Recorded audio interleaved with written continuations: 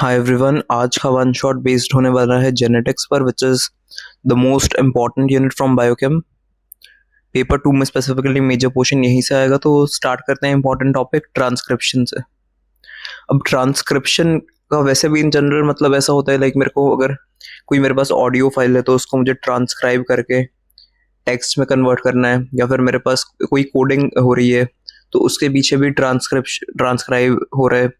मतलब जैसे AI interpret करता है कोई चीज़ को आपने भेजा, फिर वो कोड में इंटरचेंज, तो किसी और यूजफुल चीज़ में इंटरचेंज हो रहा है बेसिकली।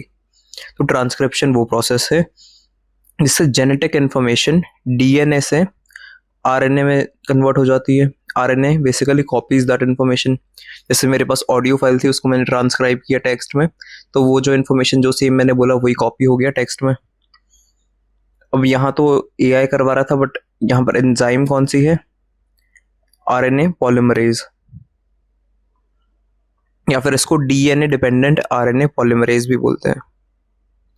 डीएनए के स्ट्रैंड्स की बात करें तो डीएनए में जो सब जिस पर ये सब कुछ होगा, एक तो होता है टेम्पलेट स्ट्रैंड। जैसे मेरे को कोई प्रेजेंटेशन बनानी है लेट्स से, तो मैं कोई टेम्पलेट यूज करूंगा और उसी के जैसे सारे पेजेस लगेंगे। तो वैसे ही एक टेम्पलेट वाला स्टैंड होता है, मतलब उसी के बेसिस पर सब कुछ होगा और सारे जो कुछ है उसके जैसा ही लगेगा।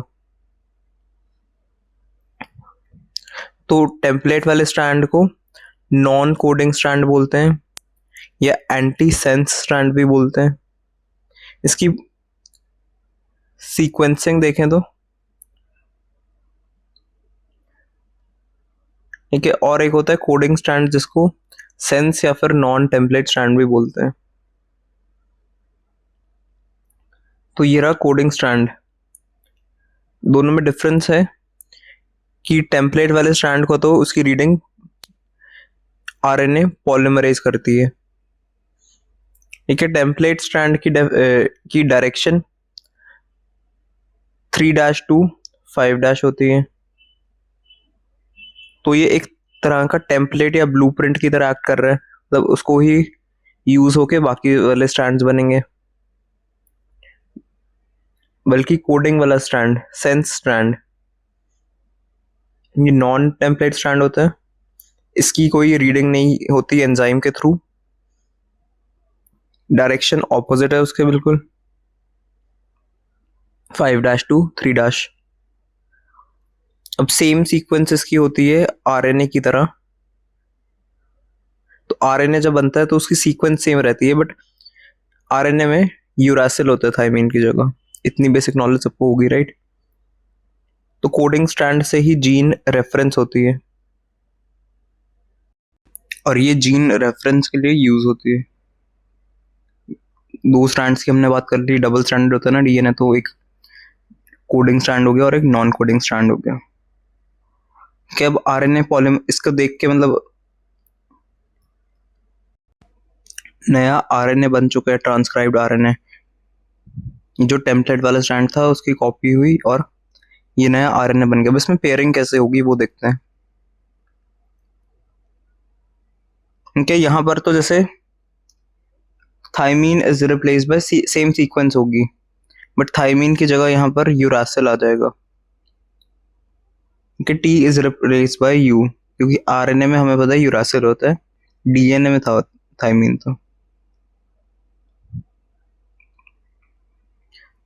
तो जैसे हमें पता है चारगस रूल होता है, ठीक है, उस रूल को भी फॉलो कर सकते हैं। तो ए टी के साथ बाइंड करता है वैसे तो, और जी सी के साथ।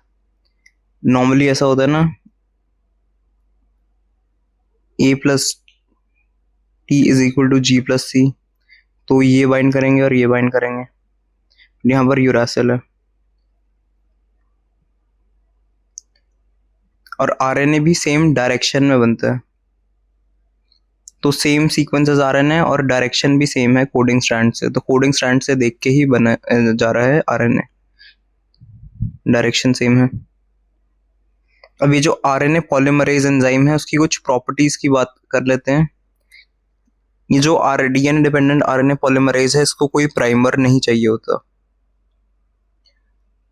ठीक है। प्रमोटर बेसिकली अलग अलग स्ट्रैंड पे रीजन्स होते हैं। एक प्रमोटर रीजन होता है जहां पर डायरेक्टली ये एंजाइम आरएनए को बनाना स्टार्ट कर देती है। यहाँ पर हमने देखा कि कोई प्राइमर की रिक्वायरमेंट नहीं थी।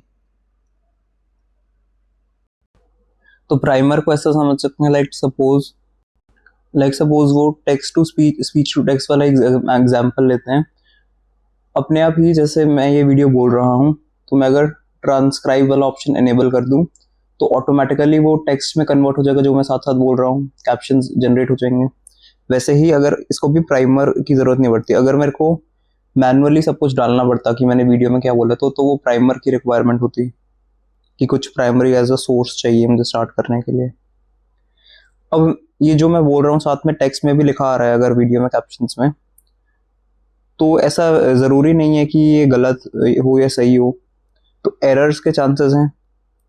तो ये जो आरएनए पॉलीमरेज है ये प्रूफ रीडिंग नहीं कर पाती, जस्ट लाइक अभी जो यूट्यूब पे मैं बोल रहा हूँ और कैप्शंस आ रहे हैं। कई बार मैंने बोला कुछ और, उसने ट्रांसलेट करके कुछ और बोल दिया लेट्स से, तो वो मिस्टेक के चांसेस होते हैं।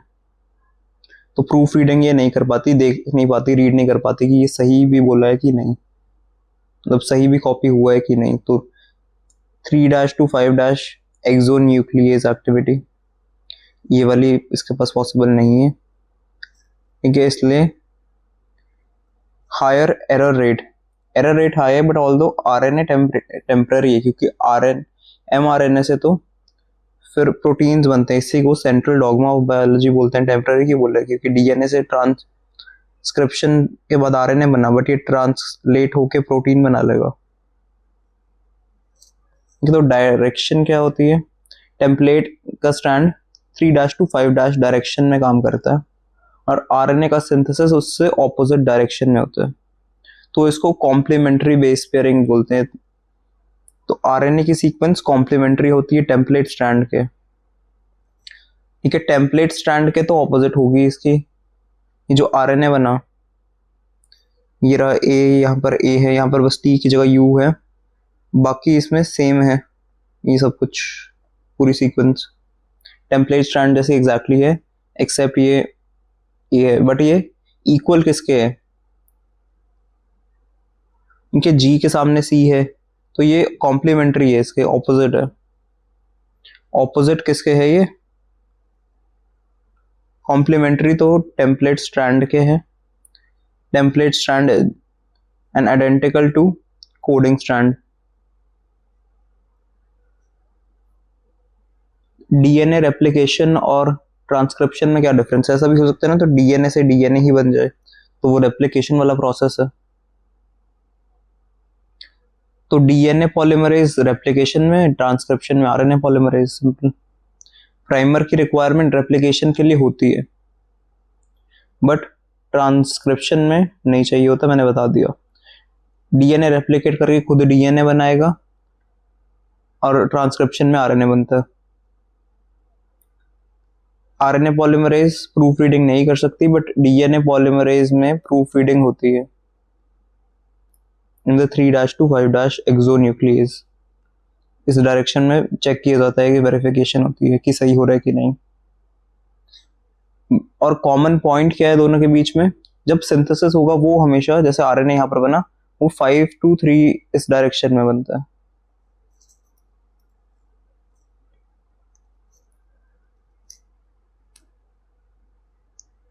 ठीक है, ये सब पॉइंट्स कवर हो गए।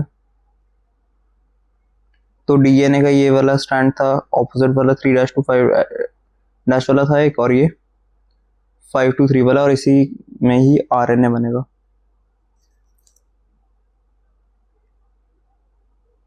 तो transcription begins with the binding of RNA polymerase to the promoter region। मैंने बताया था कि इसको प्राइमर की जरूरत नहीं है, डायरेक्टली प्रमोटर रीजन पर बाइंड कर जाती है आरएनए पॉलीमरेज, और फिर 3 स्टेप्स करवाती है, इनिशिएशन, एलोंगेशन और टर्मिनेशन।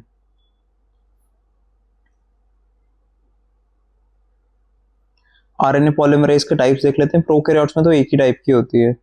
आरएनए पॉलीमरेज एक होलो एंजाइम है, as a complete whole enzyme. तो इसमें फर्दर सब यूनिट्स होंगी, इसकी अलग अलग टाइप्स नहीं होंगी, ठीक है। इसकी यूनिट्स, सब यूनिट्स तो होती हैं, जैसे दो अल्फा, एक अल्फा और एक और अल्फा, अल्फा 2 लिखा है इसलिए। बीटा होती है एक बीटा डैश ओमेगा, और साथ में एक सिग्मा फैक्टर प्रेजेंट होता है। ये सब यूनिट्स हो गई, कोर एंजाइम इनसे बनी है। इसके अलावा एक सिग्मा फैक्टर भी होता है। अब मैंने बोला था कि ये जो सिग्मा फैक्टर है ये सेपरेट प्रेजेंट है, ये मतलब कोर एंजाइम का पार्ट नहीं है।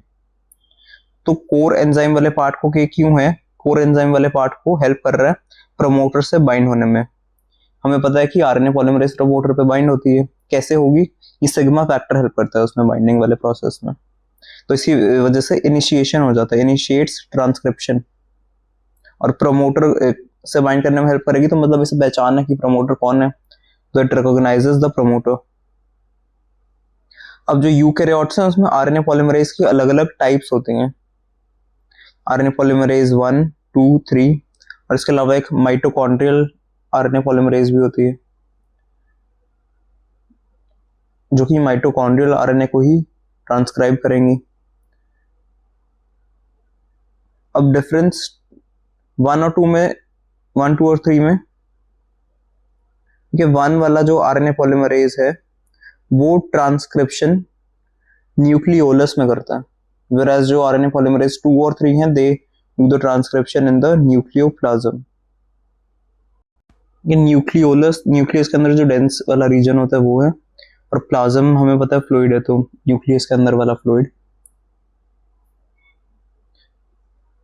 तो आरएनए पॉलीमरेज 1 सारे राइबोसोमल आरएनए आरएनए को ट्रांसक्राइब करती है, except 5S RNA. 5S RNA को आरएनए पॉलीमरेज 3 कर रही है ट्रांसक्राइब। आरएनए पॉलीमरेज 2 ये दोनों न्यूक्लियोप्लाज्म में है, 2 और 3। तो ये किस किस को करती है ट्रांसक्राइब, उसके लिए ट्रिक है।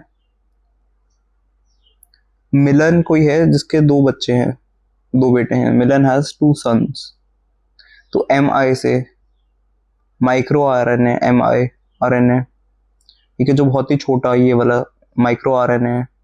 LNC long non coding RNA, Milan LN, तो लॉन्ग नॉन कोडिंग आरएनए ये रहा लंबा सा जो कि कोडिंग नहीं कर रहा। 2 सन्स से 2 की क्या सिग्निफिकेंस है, ये आरएनए पॉलीमरेज 2 की टाइप्स हैं, ठीक है। और सन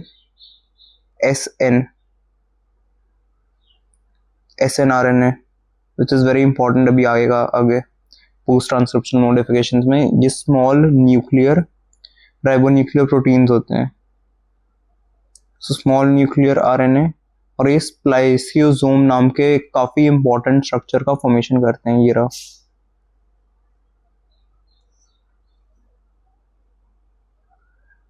ठीक है। 3 की बात करें तो ये tRNA और 5S RNA इनका सिंथेसिस करती है। अब नेक्स्ट प्रोकैरियोट्स में कैसे होती है ये ट्रांसक्रिप्शन, उसको देख लेते हैं। तो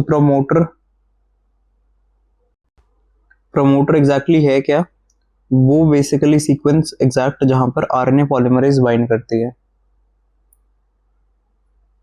तो सीक्वेंसेस ई कोलाई में अगर देखें तो 2 स्पेसिफिक कंजर्व सीक्वेंसेस होती हैं ई कोलाई बैक्टीरिया में। तो 2 जगह प्रोमोटर्स लोकेटेड हैं, एक तो -35 रीजन है, दूसरा एक -10 रीजन है, ठीक है। तो जैसे इस वाली साइड है तो माइनस का साइन लगा, तो -35 रीजन, इसकी सीक्वेंस की बात करें तो ये रे, और -10 की ये सीक्वेंस होती है। अब -10 की जो सीक्वेंस है इसमें TA बहुत ज्यादा आ रहा है, तो इसको यहाँ पर टाटा बॉक्स भी बोल देते हैं,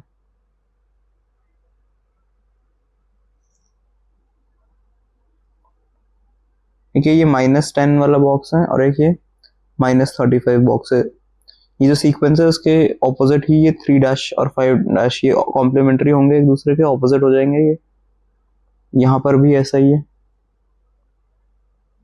तो +1 वाली साइड क्या है, बेसिकली जहां पर इनिशिएशन होगा। तो यहाँ पर पहला जो आरएनए का न्यूक्लियोटाइड है वो बेसिकली यहाँ से जुड़ना शुरू होगा, तो यहाँ तक ये कंटिन्यू रहेगा, जुड़ते रहेंगे न्यूक्लियोटाइड्स एक के बाद एक। अब ट्रांसक्रिप्शन के स्टेप्स क्या हैं प्रोकैरियोट्स में?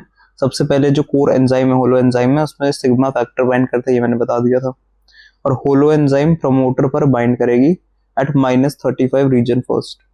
-35 वाले रीजन पर होलो एंजाइम बाइंड कर रही है, ठीक है। डीएनए की unwinding, DNA unwinds between -10 and +1 reason.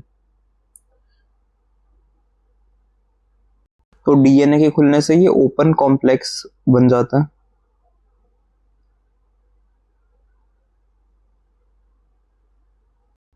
अब क्या होगा, ज्यादातर एटीपी +1 वाली साइड पर अटैच हो जाएंगे। तो इसके बाद आरएनए बनता है, छोटा सा होगा वो शॉर्ट आरएनए, 2 से 10 न्यूक्लियोटाइड्स का, उसका सिंथेसिस हो जाएगा। रो जो सिग्मा फैक्टर है वो डिसोसिएट कर जाएगा जब प्रमोटर हट गया। तो जैसे ही आरएनए पॉलीमरेज और प्रमोटर पहले अटैच थे, तो आरएनए पॉलीमरेज अब प्रमोटर रीजन से अलग हो जाएगी, तो उसे प्रमोटर अब खाली है, प्रमोटर क्लियर है, प्रमोटर क्लियरेंस बोलते हैं। और वहीं से प्रमोटर रीजन से सिग्मा फैक्टर अलग हो जाता है, सिग्मा डिसोसिएट हो जाता है, ठीक है। अब कौन सा प्रोसेस शुरू होगा? इलोंगेशन स्टार्ट होता है, ठीक है। इलोंगेशन के लिए आरएनए पॉलीमरेज मूव्स डाउनस्ट्रीम, वो 3' से 5' पर जाएगा, तो ये डाउनस्ट्रीम है, मतलब जैसे एक साइड होती है जिस पॉजिटिव वाली और एक नेगेटिव वाली, वो डाउनस्ट्रीम साइड है और एक अपस्ट्रीम साइड है। और आरएनए अब कैसे बनता है? बेसिकली 5' to 3' एंड, ये हमें पता ही है। सबसे पहले प्रोकैरियोट्स में होलो एंजाइम थी, सिग्मा फैक्टर और एंजाइम ने बाइंड किया, ठीक है। प्रमोटर, अब ये वाला part holo enzyme plus sigma factor promoter region पर जुड़ जाएगा, जिससे कि ओपन कॉम्प्लेक्स का फॉर्मेशन हो गया। ये पहले ऐसे पूरे स्ट्रैंड्स थे, वो खुल गए, इतने इतने रह गए, तो आरएनए का सिंथेसिस अब हो जाएगा। अब सिग्मा फैक्टर हट जाएगा जब आरएनए पॉलीमरेज वहां से हट गई, तो अब ये क्या करेंगे, स्ट्रैंड इलोंगेट करेंगे, लेंथ वाइज इंक्रीज होंगे, और अब 5' to 3' यहां पर आरएनए बनेगा, क्योंकि इनिशिएशन यूकैरियोट्स में कैसे होता है?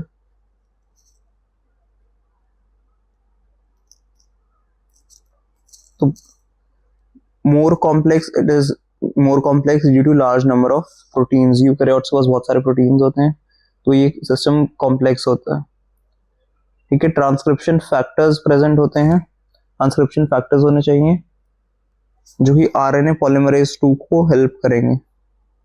तो इन्वॉल्व जनरल ट्रांसक्रिप्शन फैक्टर्स, ठीक है। ये सब फैक्टर्स होने चाहिए ट्रांसक्रिप्शन के, और डीएनए पॉलीमरेज 2 वाली एंजाइम है, और ये सारे फैक्टर्स बेसिकली उसकी हेल्प के लिए कुछ और सब्सटेंसेस प्रेजेंट होनी चाहिए। ये +1 है स्टार्ट साइड। प्रो और यूकैरियोट्स में क्या डिफरेंस है? आरएनए पॉलीमरेज एक ही टाइप की है जिसमें सिर्फ सिग्मा फैक्टर है, यूकैरियोट्स में 3 टाइप्स की है। प्रमोटर -35 और -10 रीजन पर है।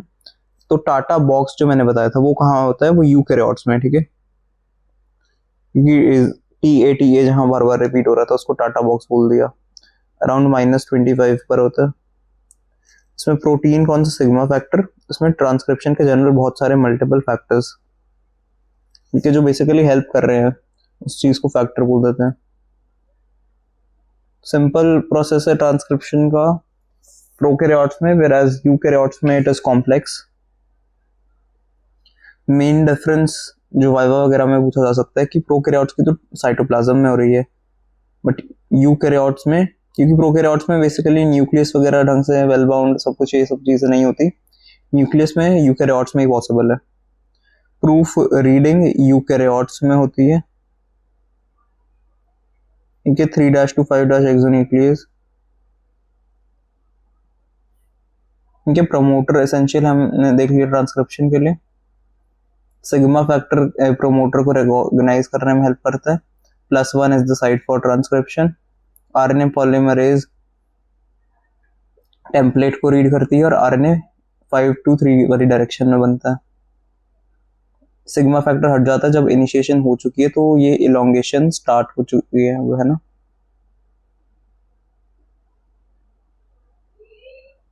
Processing of RNA. अब बात करते हैं processing of primary RNA transcript की। प्री एमआरएनए कैसे बनता है? तो यूकैरियोट्स में नए आरएनए कैसे बनता है? पहले क्या बनेगा? प्री एमआरएनए के प्राइमरी ट्रांसक्रिप्ट का फॉर्मेशन होगा। इसे प्री एमआरएनए या फिर एचएनआरएनए भी कह देते हैं, क्योंकि ये कहाँ पे बनता है फॉर्मेशन इसकी? ये कहाँ पर हो रही है? न्यूक्लियस में हो रही है। और कौन बनवा रहा है? RNA polymerase 2 enzyme. ठीक है, यूकैरियोट्स में पता है हमें वेल डिफाइंड न्यूक्लियस होती है, तो उसी के अंदर ये प्रोसेस चलता है। और मैच्योर एमआरएनए का फॉर्मेशन हो जाएगा। इसमें स्टेप्स कैसे क्या क्या होते हैं? इसमें अराउंड लाइक 5 स्टेप्स बोल सकते हैं। सबसे पहले 5' एंड पर कैपिंग होगी।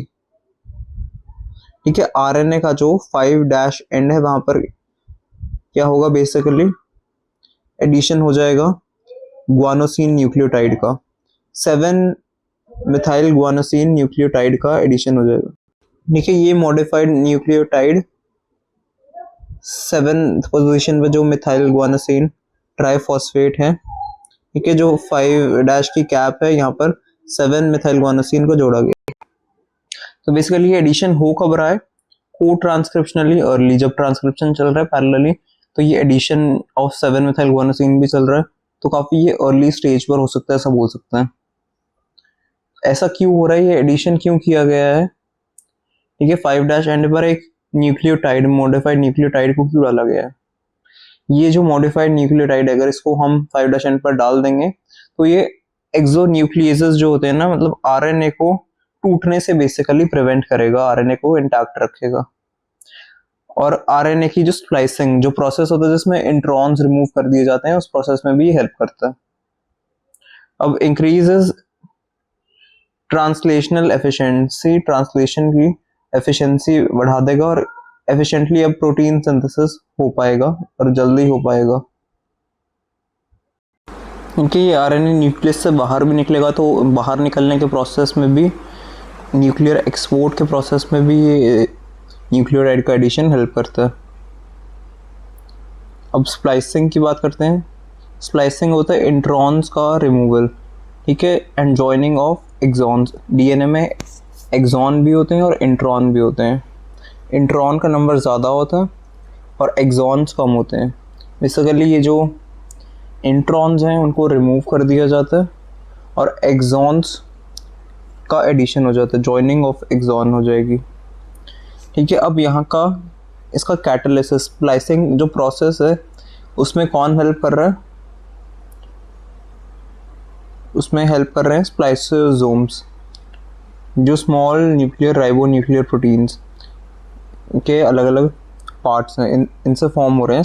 स्प्लाइसियोसोम पूरा स्ट्रक्चर है विच कंसिस्ट ऑफ एसएनआरएनपीज। तो ठीक है, डीएनए इसमें एमआरएनए में दो पार्ट्स मैंने बताए थे। ठीक है, 2 टाइप के पार्ट्स हैं, एक नॉन कोडिंग पार्ट है और exon, intron non coding part है और एक्सॉन कोडिंग पार्ट है। ठीक है, अब इंट्रॉन्स हट जाएंगे तो उसके बाद क्या होगा? एक्सॉन प्लस एक्सॉन्स कंबाइन करेंगे कि इंट्रॉन्स का रिमूवल हो जाएगा। इंट्रॉन्स कितने टाइप के होते हैं? मेजरली ये 2 ही टाइप के हैं। ठीक है, 2 टाइप के हैं, उसमें से मेजर कौन से हैं? U2 टाइप के, ठीक है, जिसमें ये वाली बाइंडिंग होगी GUAC टाइप, और माइनर जो कम हैं वो U12 टाइप के हैं। ठीक है, U12 वाले टाइप के इसमें बाइंडिंग होगी UAC। अब कौन कौन से स्टेप हो गए? 2 स्टेप्स हो गए, 3 स्टेप्स में हो रहा है ये। पहले तो कैप में 5 मिथाइल ग्वानोसिन न्यूक्लियोटाइड का एडिशन हुआ, अब स्प्लाइसिंग होगी। थर्ड क्या होता है after splicing? Poly A tail addition 3' पर। 5' पर तो हम पहले न्यूक्लियोटाइड अटैच कर चुके, तो 5' पर कुछ अटैच नहीं करेंगे अब, ठीक है। हम 3' पर क्या 3' एंड पर पॉली ए टेल को ऐड कर देंगे। पॉली एडिनाइलेशन प्रोसेस बोलते हैं इसको, ठीक है। आरएनए के 3' एंड पर बहुत सारे अराउंड 200 to 250, ठीक है, ए रेजिड्यूज को लगा दिया जाएगा, ठीक है। एडेनिन बहुत सारे जोड़ दिए जाएंगे और इसी को बहुत सारे ज्वाइन कर रहे हैं, तो एक तरह से एक poly means many, poly A tail बन जाती है। अब पॉली ए टेल से ही इसकी एक स्पेसिफिक सीक्वेंस होना ज़रूरी है, तभी सिग्नल्स जाते हैं, ठीक है। ये वाली जैसे सीक्वेंस है, रिक्वायर्ड सिग्नल सीक्वेंस, और ये अपस्ट्रीम, अराउंड ये अपस्ट्रीम वाली पोजीशन पे होती है। एक डाउनस्ट्रीम होती है और एक अपस्ट्रीम। इनके फंक्शंस बेसिकली हो क्या रहा है, ये पॉली ए टेल क्यों ऐड की जा रही है, आरएनए को स्टेबलाइज करने के लिए, 3' और 5' को एक्सोन्यूक्लियस से प्रोटेक्शन करने के लिए। इसका भी क्या काम था, एक्सोन्यूक्लियस से प्रोटेक्शन। न्यूक्लियर एक्सपोर्ट में हेल्प करता है सेम, एमआरएनए को स्टेबल रखता है और ट्रांसलेशन के प्रोसेस को एनहांस करता है।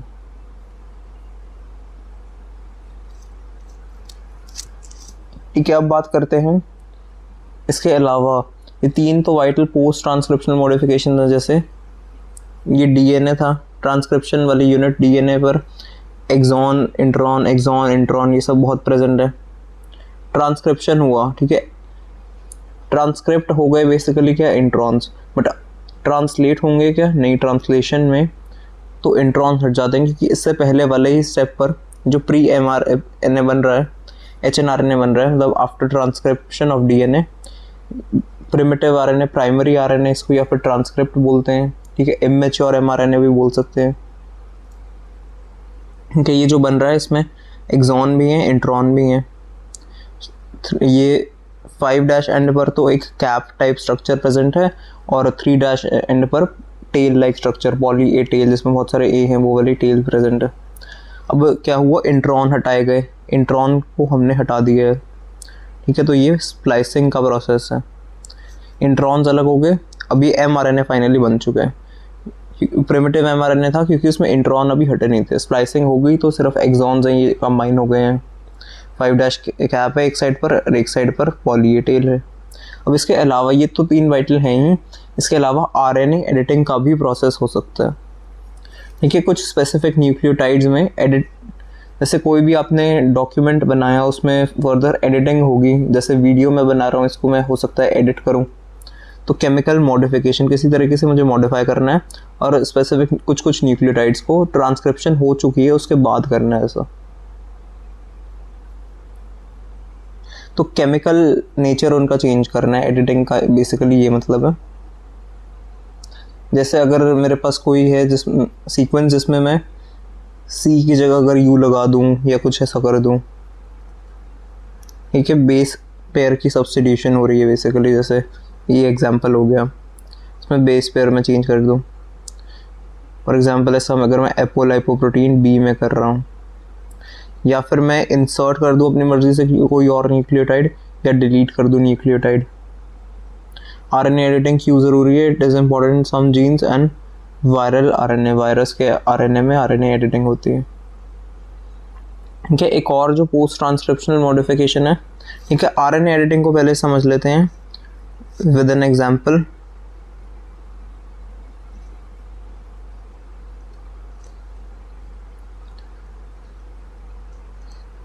ठीक है, एक जैसे इंटेस्टाइन के सेल का एग्जांपल लेते हैं और लिवर के सेल का।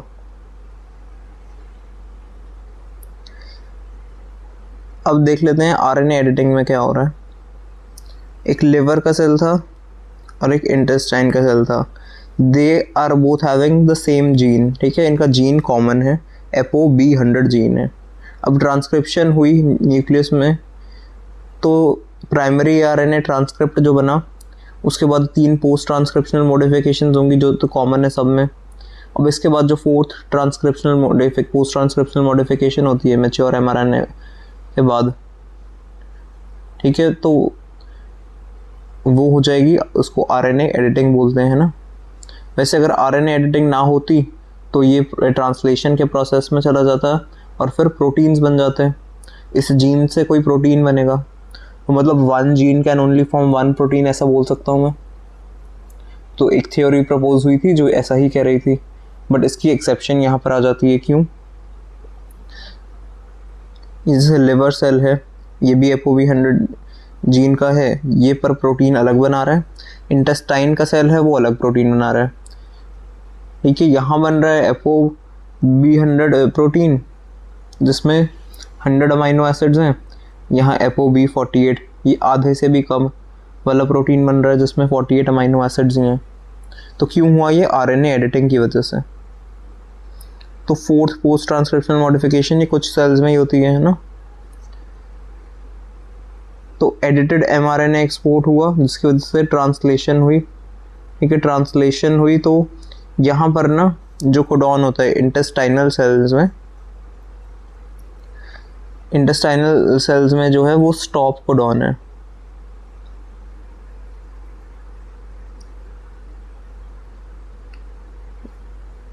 तो तीन जो पोस्ट ट्रांसक्रिप्शनल मॉडिफिकेशन थे ये हो गई आरएनए एडिटिंग के बाद।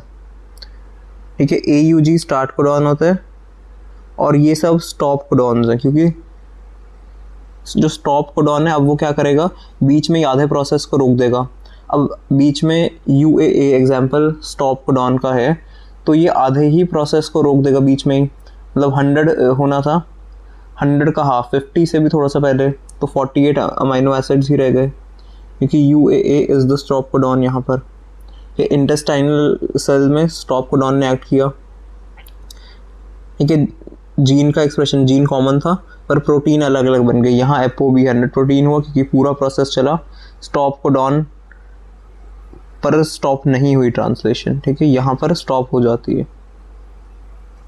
ठीक है, तो एक ही जीन के होते हुए अलग अलग प्रोटीन्स बन गए। ये अलग टाइप का प्रोटीन है ApoB48, ApoB100 अलग टाइप का प्रोटीन है। ठीक है, mRNA प्रोसेसिंग न्यूक्लियस में होती है, 5' capping, splicing, poly A tail addition हर सेल में होती है, बट आरएनए एडिटिंग कुछ ही सेल्स में होती है, exception to one gene one protein theory. Liver cell में भी ApoB100 जीन है और इंटेस्टाइनल सेल में भी ApoB100 जीन है, जीन कॉमन है, बट स्टॉप कोडॉन की वजह से ये प्रोसेस जो ट्रांसलेशन का है बीच में रुक जाता है और ApoB48 प्रोटीन इंटेस्टाइनल सेल में बन रहा है, वेराज इसमें ApoB100 प्रोटीन ही बन रहा है ApoB100 जीन से लिवर में।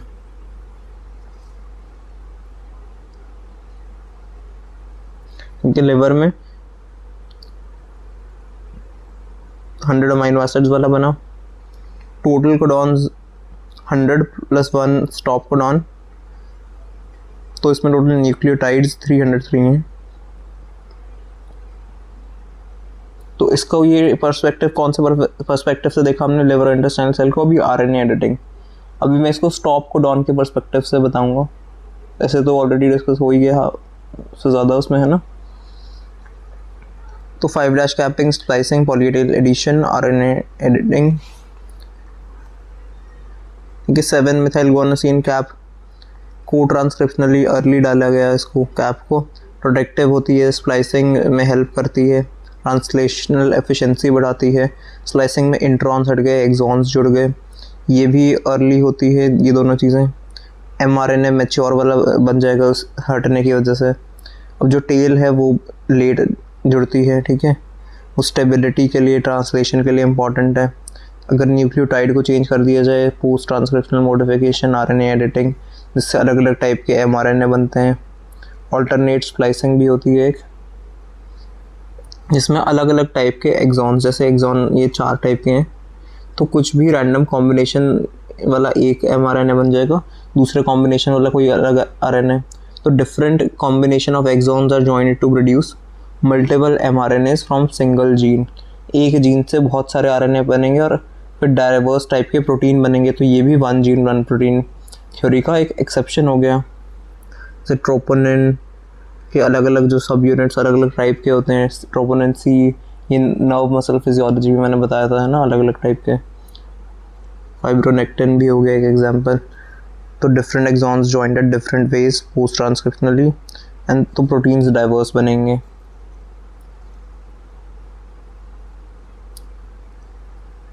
सो डिफेक्ट अगर प्रोसेसिंग में हो जाए, ये जो पूरी पोस्ट ट्रांसक्रिप्शनल मॉडिफिकेशंस हुई, ठीक है, उसमें अगर कोई डिफेक्ट हो जाए आरएनए प्रोसेसिंग में, अगर स्प्लाइसिंग एबनॉर्मल हो, उसका एग्जांपल एक है डिजीज बीटा थैलेसीमिया।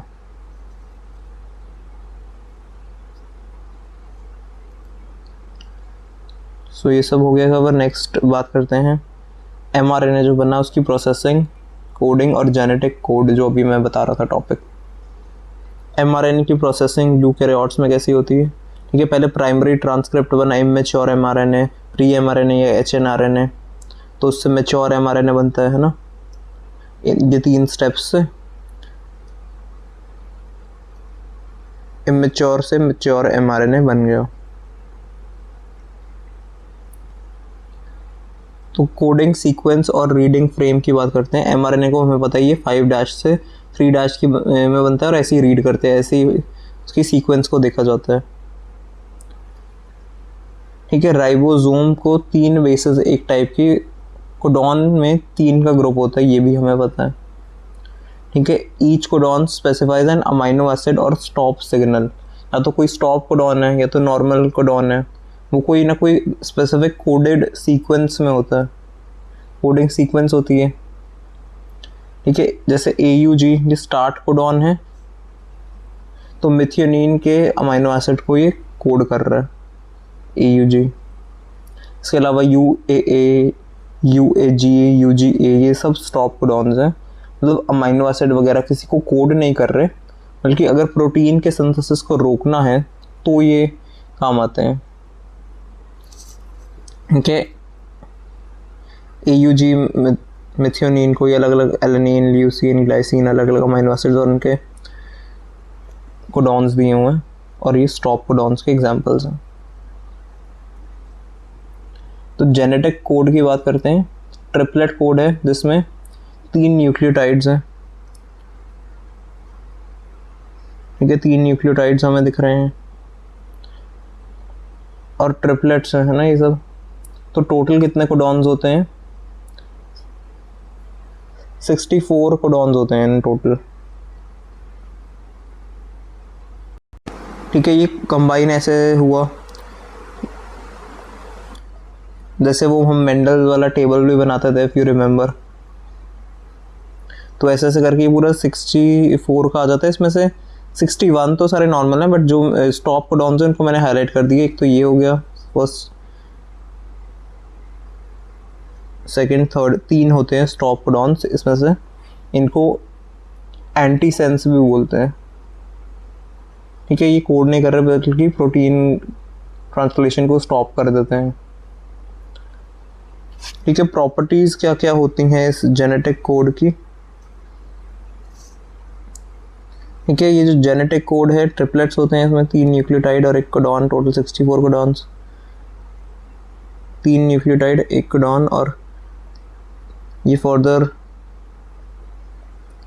ये सब करके 4 to the power 364 आता है। 61 सेंस हैं, these code for amino acids, 3 soft codons हैं। इसके फीचर्स देख लेते हैं क्या क्या प्रॉपर्टीज होती है, ठीक है। मतलब कोड इज डीजेनरेट, इसका क्या मतलब है कि एक अमाइनो एसिड है वो मल्टीपल कोडॉन्स को कोड कर सकता है, और इसमें क्या होता है, नॉन ओवरलैपिंग, कोई ओवरलैपिंग एक दूसरे से नहीं करता है, ठीक है, कोई गैप नहीं होता, और ये जो कॉमा भी नहीं होता, यूनिवर्सल है, कोई कॉमा नहीं दिख रहा हमें, गैप भी नहीं दिख रहा है, एक साथ ये 3 का ग्रुप बनाया हुआ है ना, यूनिवर्सल है, मतलब ऑलमोस्ट ना सारे जितने भी ऑर्गेनिजम्स हैं उनमें ये सेम ही होगा। अगर ये कुछ बना रहा है किसी एक एनिमल में तो दूसरे में भी ये वही बनाएगा, ऐसा ही ऑलमोस्ट होता है, ठीक है। जो एपोलाइपोप्रोटीन का एग्जांपल हमने लिवर और इंटेस्टाइनल सेल में लिया था, उसको कोडॉन्स के पर्सपेक्टिव से देखते हैं।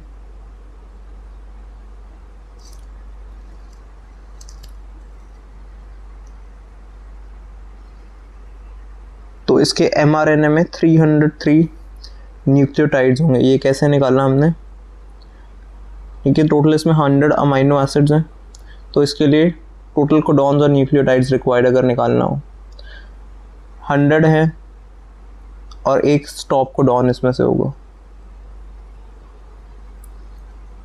ठीक है, जो एपोबी प्रोटीन है उसका जीन है, उससे mRNA बनता है। जो mRNA बना उसमें 101 कोडॉन्स होंगे। 100 तो अमाइनो एसिड के लिए कोड करेंगे, पर +1 जो होगा वो स्टॉप कोडॉन होगा। तो स्टॉप कोडॉन से क्या होगा, जो एपोबी 100 प्रोटीन है वो बंद हो जाता है उसके फॉर्मेशन का प्रोसेस।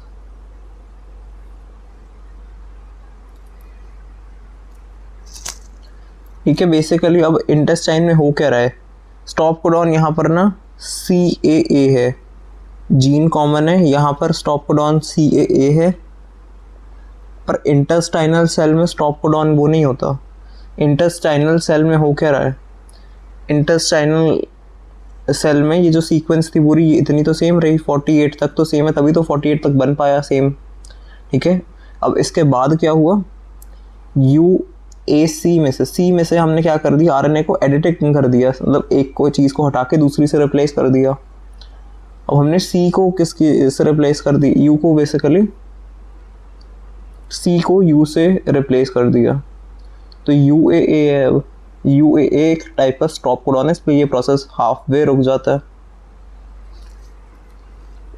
तो ट्रांसलेशन बीच में रुकी तो उसका हाफ से भी कम वाला ऑलमोस्ट वो 48 अमाइनो एसिड्स वाला बनेगा, एपोबी 48 वाला प्रोटीन।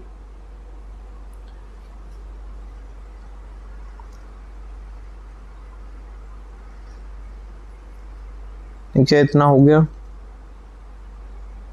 स्टॉप कोडॉन्स के। ये UAA, UAG और UGA, these are all stop codons. ये अमाइनो एसिड को कोड नहीं करते बल्कि ट्रांसलेशन के प्रोसेस को बीच में रोकने के लिए, टर्मिनेट करने के लिए हेल्प करते हैं। ट्रांसलेशन जो इम्पोर्टेंट टॉपिक था वो कवर हो गया। अब आते हैं हम ट्रांसक्रिप्शन पे। ठीक है, जो ट्रांसलेशन होगी इसके बाद ट्रांसक्रिप्शन से प्रोटीन्स बनते हैं, हमें पता है। ठीक है, प्रोकैरियोट्स में बात करें तो कितनी इसमें स्टेजेस होती हैं ट्रांसक्रिप्शन में, इनिशिएशन, एलोंगेशन एंड टर्मिनेशन। सबसे पहले क्या होगा इनिशिएशन में, ठीक है, RNA पॉलीमरेज एक होलो एंजाइम है, वो सिग्मा फैक्टर से कंबाइन करेगी और फिर ये एंजाइम प्रमोटर पे जुड़ जाएगी। ठीक है, सिग्मा फैक्टर अब क्या करेगा, ये सीक्वेंस को रिकॉग्नाइज करेगा। तो DNA बेसिकली ओपन हो रहा है। ठीक है, DNA इनिशिएशन है, ये प्रमोटर है यहाँ पर, प्रमोटर के पास आके ये RNA पॉलीमरेज और साथ में इसका जो सिग्मा फैक्टर था वो जुड़ गए। और ये कहाँ पर स्टार्ट हो रही है, जहाँ पर जो +1 वाली जगह है, +1 पर ये स्टार्ट हो रहा है। ये इनिशिएशन हो गई। प्रमोटर जो था अपस्ट्रीम था DNA पर, ऊपर वाली साइड पर, इस साइड में प्रमोटर था। इनिशिएशन में RNA पॉलीमरेज जुड़ जाती है और DNA की अनवाइंडिंग हो रही है। DNA खुल रहा है, कॉइल्ड था जो यहाँ पर। ठीक है, DNA की अनवाइंडिंग हो रही है। तो अब क्या होगा, नेक्स्ट इलोंगेशन का प्रोसेस चलेगा। बेसिकली इलोंगेशन में सिग्मा फैक्टर का रिमूवल हो जाता है, ये मैंने ऑलरेडी बता ही दिया था स्टार्टिंग वाले इंट्रो में भी, है ना। सिग्मा फैक्टर डिसोसिएट कर जाता है इनिशिएशन वाले प्रोसेस के बाद इलोंगेशन करवाने के लिए। अब सिग्मा फैक्टर के हटने से क्या होगा कि जो RNA पॉलीमरेज है वो टेम्पलेट स्ट्रैंड के अलोंग मूव करेगी, मतलब ये इस डायरेक्शन में चली जाएगी। टेम्पलेट स्ट्रैंड की डायरेक्शन कौन सी होती है, 3' to 5', तो ये इस साइड 3 वाली साइड चली जाएगी, मूव कर जाएगी। ठीक है,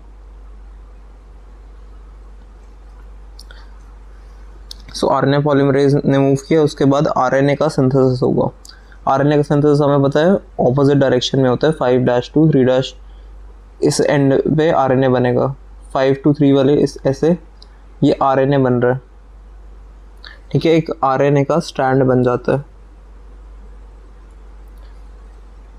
तो RNA के स्ट्रैंड को 5 to 3' लाना है और ये ऐसे लेंथ वाइज बढ़ जाता है। अब अब ये हमें पता होना चाहिए इसमें बॉन्ड कौन सा होता है, फॉस्फोडाइएस्टर बॉन्ड। इसके फॉस्फोडाइएस्टर बॉन्ड की फॉर्मेशन हो रही है। अब थर्ड टर्मिनेशन का प्रोसेस देख लेते हैं।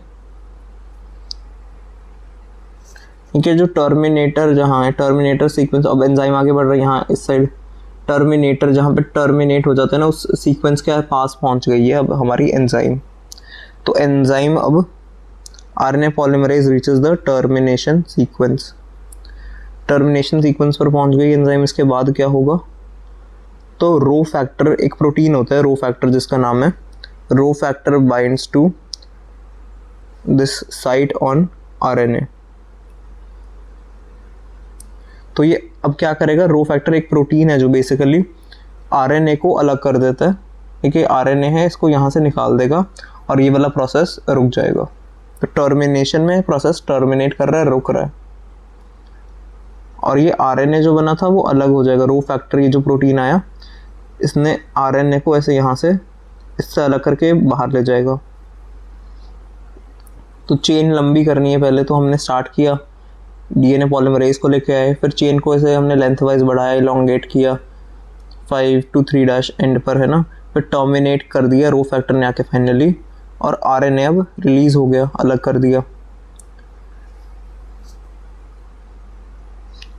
तो rho factor translocates along RNA and causes the release of RNA transcript. जो निकला ये ट्रांसक्राइब्ड आरएनए है, और कंप्लीटेड आरएनए एचएनआरएनए ये रिलीज हो जाता है। तो सिग्मा फैक्टर प्रमोटर को रिकॉग्नाइज करता है प्रोकैरियोट्स में। ठीक है, प्रोकैरियोट्स में जो प्रमोटर है -10 पर क्या होता है, -10 पर जो लोकेटेड है उसको प्रिब्नो बॉक्स बोला जाता है। Pre for prokaryotes, P for Pribnow box. पर यूकैरियोट्स में क्या होता है, जो TA की मल्टीपल सीक्वेंस थी, हॉगनेस बॉक्स, हॉगनेस बॉक्स -25 पर होते हैं, यूकैरियोट्स का प्रमोटर है। ठीक, सिग्मा फैक्टर तो प्रोकैरियोट्स में था, रो फैक्टर ये यूकैरियोट्स का पूरा मैंने समझाया, रो फैक्टर चाहिए होता है। ठीक है, अब ट्रांसक्रिप्शन की 3 जो स्टेजेस हैं वो सब में कॉमन ही है।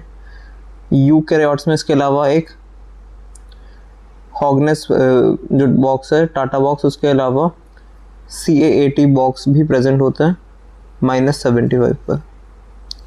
ठीक है, अब कुछ लोग कंफ्यूज हो जाते हैं बिटवीन हॉगनेस बॉक्स और होम बॉक्स। तो मैंने डिफरेंस बता दिया यहाँ पर कि हॉगनेस बॉक्स जो टाटा बॉक्स है जिसका नाम, ठीक है, हॉगनेस बॉक्स टाटा बॉक्स का नाम है, ये यूकैरियोट्स का प्रमोटर और ट्रांसक्रिप्शन को प्रमोट कर रहा है, और -25 बेस पेयर अपस्ट्रीम पोजीशन पर लोकेटेड है।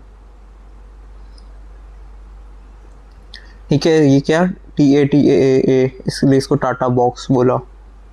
होम बॉक्स अलग चीज़ है। ठीक है, होम बॉक्स ये कोई प्रमोटर नहीं है।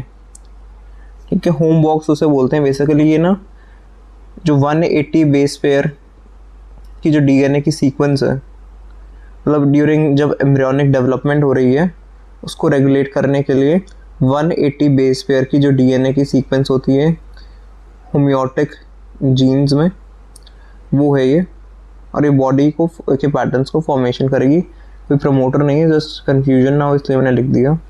Hogness box is a eukaryotic promoter but home box is not a promoter. ठीक है, तो रिवाइज कर लेते हैं।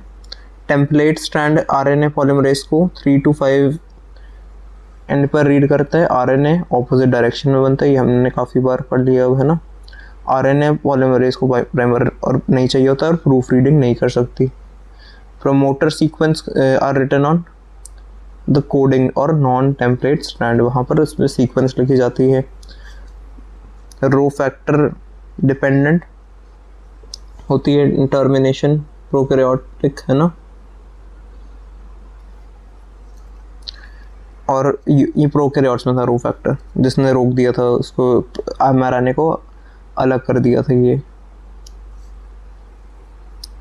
तो ट्रांसक्रिप्शन होता है पोस्ट ट्रांसक्रिप्शनल मॉडिफिकेशन में, उससे पहले प्राइमरी ट्रांसक्रिप्ट बनता है ना, इमेच्योर mRNA।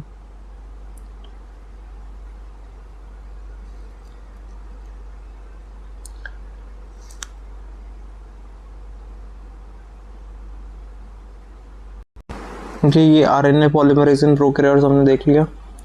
प्रमोटर जो है प्रोकैरियोट्स में एक प्रिब्नो बॉक्स होता है -35 पर और -10 पर हॉगनेस बॉक्स होता है।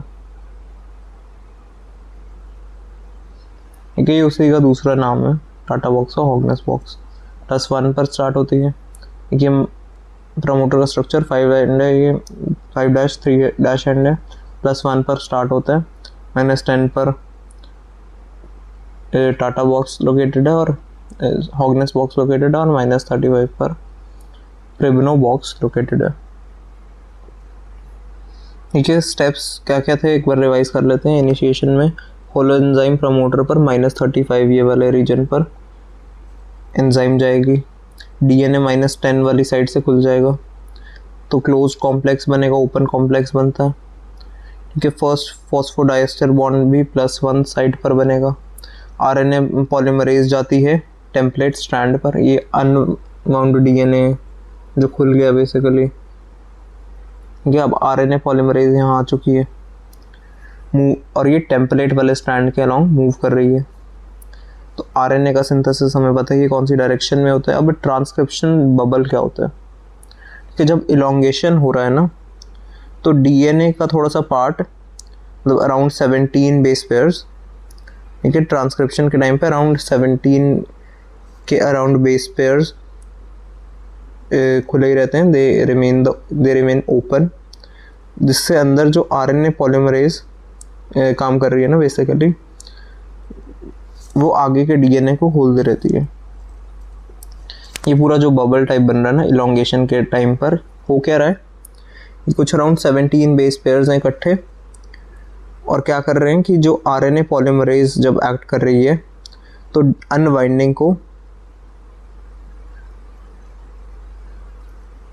अनवाइंडिंग से क्या करते हैं, रीवाइंडिंग करा देते हैं।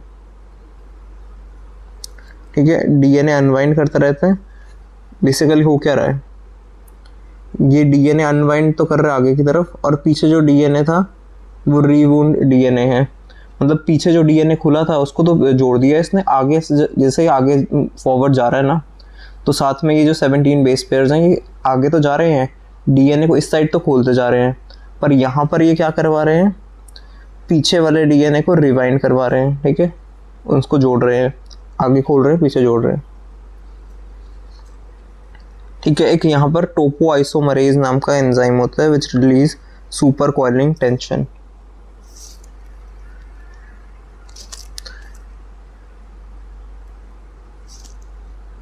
ठीक है, टोपोआइसोमरेज हो गया। अब टर्मिनेटर की सीक्वेंस जैसे ही पहुंचे उस पर, तो आरएनए पॉलीमरेज रुक जाती है, आरएनए का जो ट्रांसक्रिप्ट है उसे रिलीज कर दिया जाता है, पॉलीमरेज हट जाती है और डीएनए का हेलिकल स्ट्रक्चर बन जाता है। तो ट्रांसक्रिप्शन और ट्रांसलेशन में क्या डिफरेंस हुआ,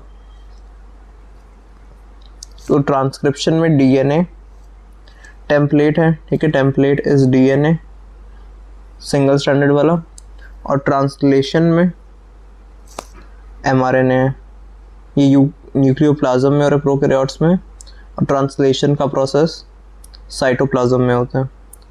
यहाँ आरएनए पॉलीमरेज थी बट राइबोसोम्स एक्ट कर रहे हैं ट्रांसलेशन में। इनिशिएशन में सिग्मा फैक्टर चाहिए था, ट्रांसलेशन में इनिशिएशन फैक्टर चाहिए।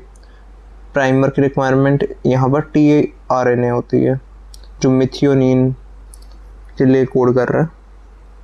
प्रोटीन का फॉर्मेशन है ना, डायरेक्शन सेम होती है, टर्मिनेटर सीक्वेंस से टर्मिनेशन वाला सीक्वेंस आता है, बट ट्रांसलेशन को स्टॉप कोडॉन्स रेगुलेट करते हैं।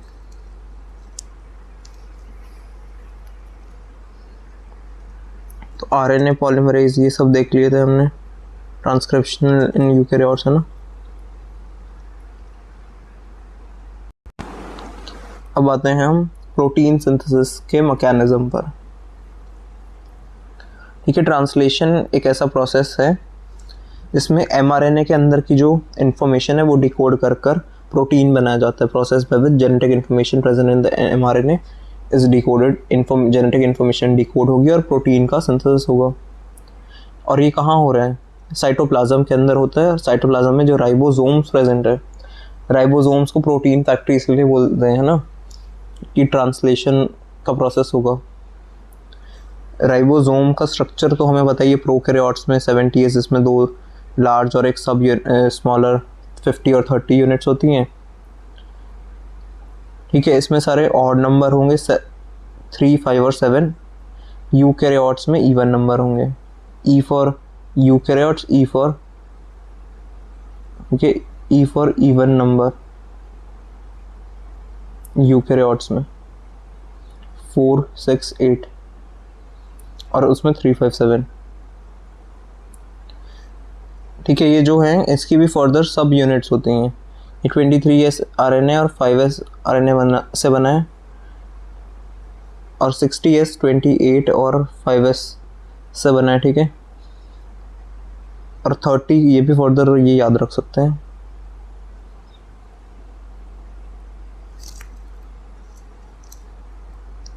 अब राइबोसोम्स की फंक्शनल साइट्स, राइबोसोम का स्ट्रक्चर देख लिया हमने। अब राइबोसोम के पास 3 साइट्स होती हैं, एक ए साइट है, एक पी साइट है और एक ई साइट है। एप, ठीक है, ये एप को याद रखना है हमें। ए साइट अमाइनो एसाइल साइट है, अमाइनो एसाइल साइट है। पी फॉर पेप्टिडाइल साइट, ये वाली, और ई फॉर एग्जिट साइट। जो ए साइट है वहाँ पर एंट्री होगी अमाइनो एसाइल tRNA की। बेसिकली जो नया चार्ज्ड ट्रांसफर RNA है tRNA, वो अमाइनो एसिड्स को लेकर एंटर करेगा। अब पेप्टिडाइल साइट पर क्या होगा, जो बेसिकली जो tRNA है ना, उसको ये होल्ड करके रखता है। It holds the peptidyl tRNA। ठीक है, ये होल्ड कर रहा है tRNA और बेसिकली प्रोटीन की चेन की लेंथ को भी रेगुलेट कर रहा है। तो पी साइड जहाँ पर भी होती है वहाँ प्रोटीन की चेन की लेंथ ज़्यादा होगी। तो अब ये सब कुछ हो गया पूरा प्रोसेस। तो tRNA को हमें यहाँ से बाहर निकाल देना है। तो एग्जिट भी पॉइंट उसके लिए होगा, exit side, exit of deacylated tRNA। ठीक है, ट्रांसलेशन की स्टेजेस देख लेते हैं। तो इनिशिएशन, प्रोकैरियोट्स में mRNA के ऊपर ना एक सीक्वेंस प्रेजेंट होती है जिसका नाम होता है शाइन-डेल्गार्नो सीक्वेंस। शाइन-डेल्गार्नो जो सीक्वेंस है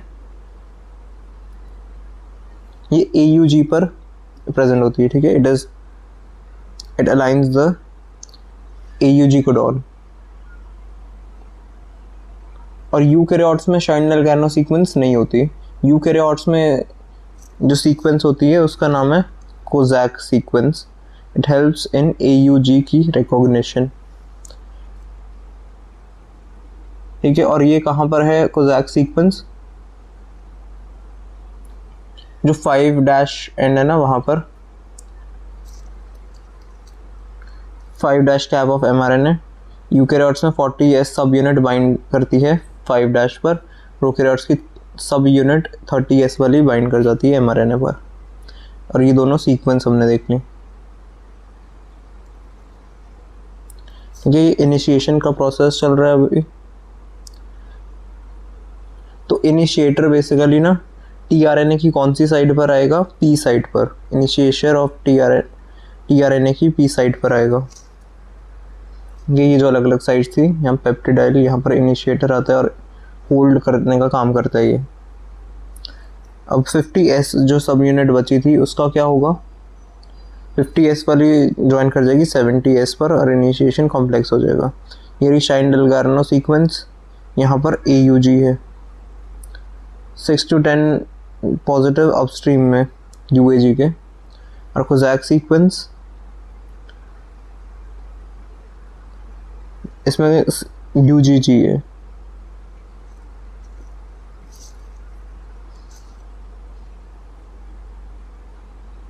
ठीक है, इनिशिएट करने वाले अमाइनो एसिड मिथियोनिन, ये भी याद रख सकते हैं। ठीक है, अब नेक्स्ट इलोंगेशन का प्रोसेस। जो नए tRNA बने, ठीक है, अमाइनो जो ए साइट पर चले जाएंगे, ये मैंने ऑलरेडी बता दिया था। ठीक है, ए साइट पर आ गए। अब पेप्टिडाइल बॉन्ड यहाँ पर बन जाता है, ये भी मैंने यहाँ लिख दिया था, है ना, पेप्टिडाइल बॉन्ड होता है। जो पेप्टाइड बॉन्ड है वो पेप्टिडाइल ट्रांसफरेज की हेल्प से बना है। एक एंजाइम है पेप्टिडाइल ट्रांसफरेज जो कि बॉन्ड को, पेप्टाइड बॉन्ड के फॉर्मेशन में हेल्प कर रहा है। ठीक है, यहाँ ये बेसिकली एंजाइम कौन से टाइप की है, एक राइबोजाइम है ये। ठीक है, RNA having enzymic aromatic activity, उसको हम राइबोजाइम बोलते हैं। ठीक है, transferase activity of 23S RNA. तो 23S जो आरएनए है उसकी राइबोजाइम है। राइबोसोम ट्रांसलोकेट मूव करेगा बेसिकली 5 to 3' एंड, और जो पेप्टिडाइल टीआरएनए है वो ए साइड से फिर पी साइड पर चला जाता है। ठीक है, डीसाइक्लेशन प्रोसेस मैंने बताया था, वो पी से एग्जिट कर जाता है, एग्जिट साइड पर जाता है। अब टर्मिनेशन, जैसे अब स्टॉप कोडॉन तक पहुंच गए, ये पूरा आगे आगे बढ़ते जा रहे हैं हम, अब स्टॉप कोडॉन तक पहुंचेंगे हम। स्टॉप कोडॉन ये होते हैं ना, स्टॉप कोडॉन से कुछ अब यहाँ पर फैक्टर्स का रिलीज होगा, release factors they bind to stop codon. ठीक है, रिलीज फैक्टर्स आए और उन्होंने क्या किया, प्रोटीन चेन को तोड़ देते हैं और राइबोसोम को अलग कर देंगे। राइबोसोम की सब यूनिट्स डिसोसिएट कर जाएंगी, पॉलीपेप्टाइड चेन ये बाहर हट गई और राइबोसोम अलग हो गया। राइबोसोम था और ये चेन थी, इन दोनों को अब अलग करना बेसिकली प्रोसेस को रोकने के लिए ये स्टॉप कोडॉन करेंगे, हमें पता ही है रोकने का प्रोसेस। ठीक है, एमआरएनए और टीआरएनए हैं, उनको अब रिलीज कर दिया जाता है।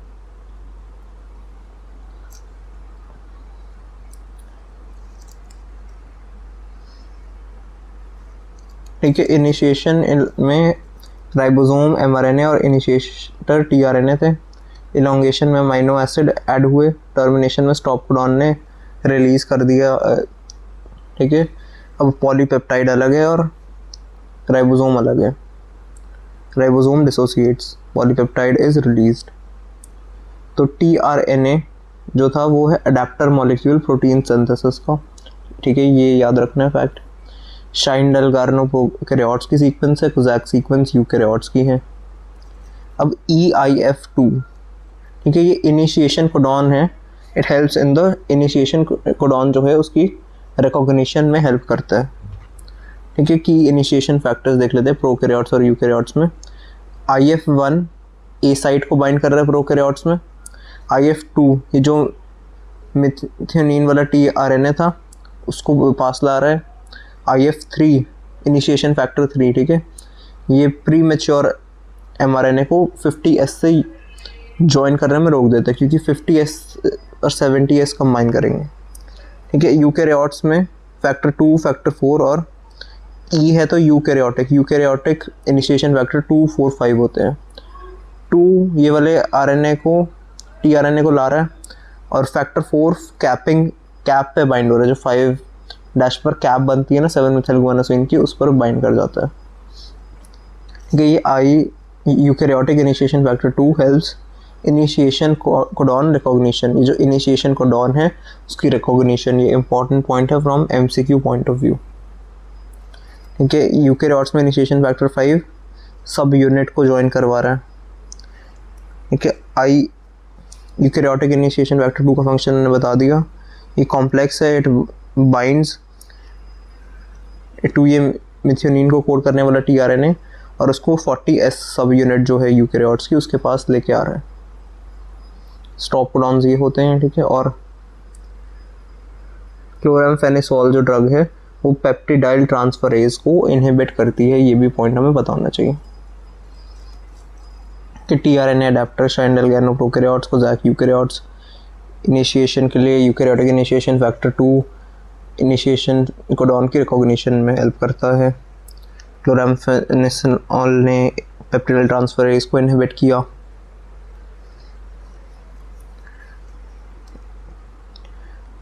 इनहिबिटर्स ऑफ ट्रांसलेशन एक तो मैंने बता ही दिया है ना।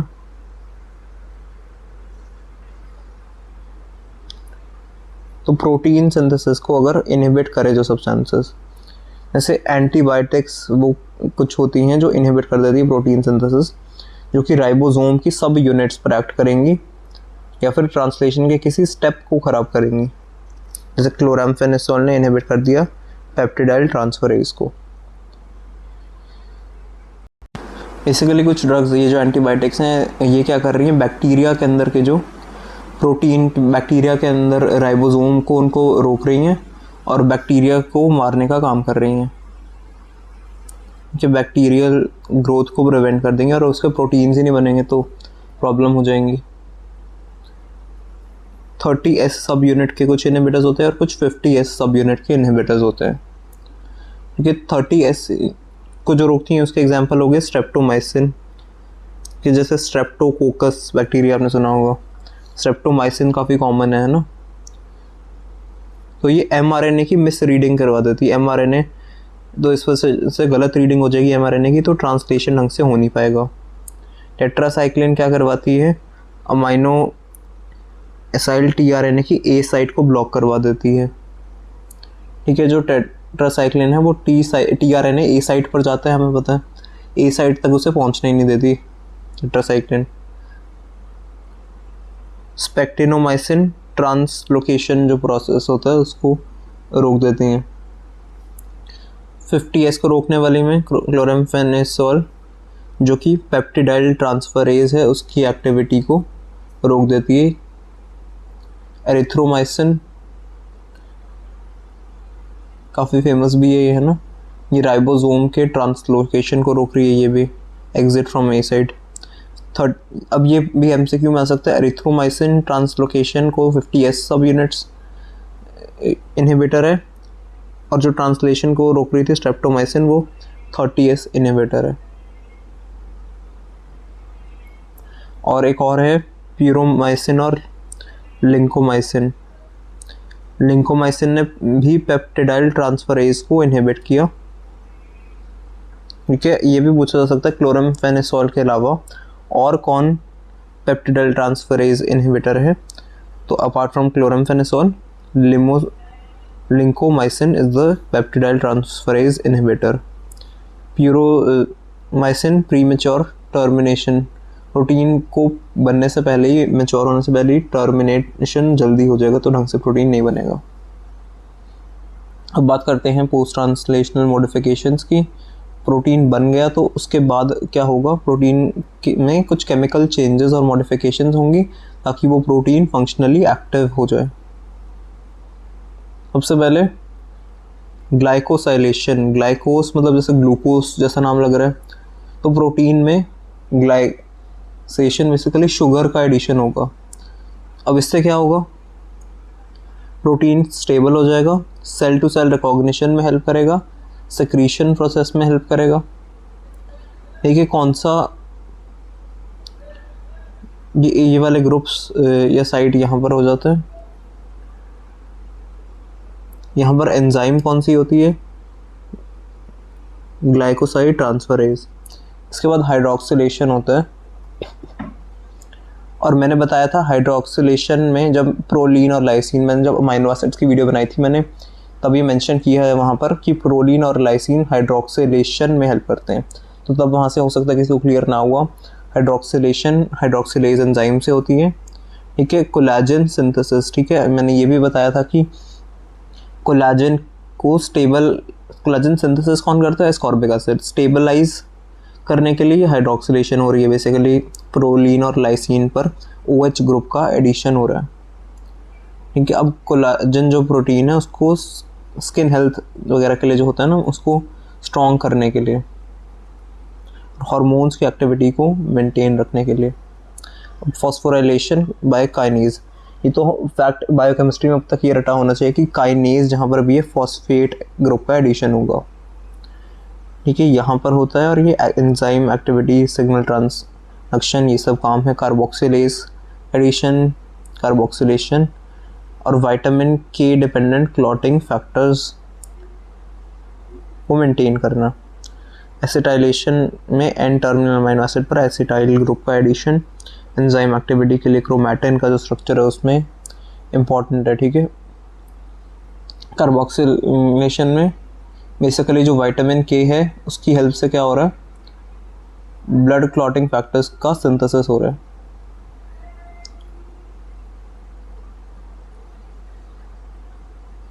विटामिन के dependent carboxylation, clotting factors, immunoglobins और जो ग्लाइकोप्रोटीन्स हैं, ठीक है, वो सेल रिकॉग्निशन मैंने ऑलरेडी लिखा है, ठीक है, इम्यूनोग्लोबिन और ग्लाइकोप्रोटीन्स, ग्लाइकोसाइलेशन इसमें ज़रूरी है, FOB48 mRNA एडिटिंग ये मैंने बता ही दिया था, ठीक है। अब बात करते हैं प्रोटीन फोल्डिंग और चैपरॉन्स क्या होते हैं जो प्रोटीन फोल्डिंग में हेल्प कर रहे हैं उनकी।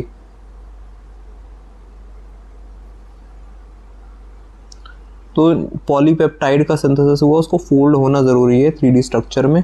अब इसमें हेल्प कौन करते हैं? चैपरॉन्स, ठीक है, और मिस फोल्डिंग को प्रिवेंट करते हैं। लाइक यहाँ पर चैपरॉन्स स्ट्रक्चर्स जो हैं, जैसे नॉर्मली भी कोई असिस्ट करने वाले जो लोग होते हैं उन्हें भी चैपरॉन्स कहा जाता था काफ़ी पुराने ज़माने में, तो you can remember like that, ठीक है। या फिर जो चैपरॉन्स हैं यहाँ पर मिस फोल्डिंग को भी प्रिवेंट कर रहे हैं, कोई भी एरर को करेक्ट कर रहे हैं।